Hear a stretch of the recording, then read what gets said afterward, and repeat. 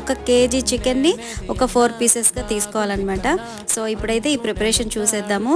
ముందుగా నేను వాటర్ అయితే తీసుకున్నానండి. ఒక 6 గ్లాసెస్ వాటర్ తీసుకున్నాను. అందులో మొత్తం హోల్ గరం మసాలా మొత్తం వేసేసానండి. అంటే చెక్క, లవంగ, మరాఠీ మొగ్గ, ఇంకా అనాస పువ్వు ఇవన్నీ ఉంటాయి కదా, సో అవన్నీ వేసేసాను. దాంతోపాటు ఒక 4-5 పచ్చిమిర్చి, పుదీనా, కొత్తిమీర ఇవన్నీ కూడా యాడ్ చేస్తున్నాను.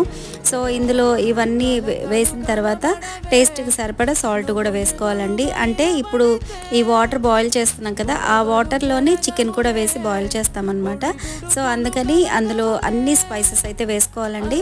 ఇప్పుడు కొద్దిగా అంటే ఒక 1/2 టేబుల్ స్పూన్ పసుపు అయితే వేస్తున్నాను. అలాగే 1 టేబుల్ స్పూన్ గరం మసాలా కూడా వేస్తున్నానండి. గరం మసాలా వేసుకున్న తర్వాత అందులో ఒక 1/2 టేబుల్ స్పూన్ అల్లం వెల్లుల్లి పేస్ట్ వేస్తున్నాను. తర్వాత టేస్ట్కి సరిపడా కల్లుప్పు అయితే యాడ్ చేస్తున్నానండి. సో ఇవన్నీ యాడ్ చేసుకున్న తర్వాత కొద్దిగా ఆయిల్ కూడా వేస్తున్నాను. ఒక 2 టేబుల్ స్పూన్స్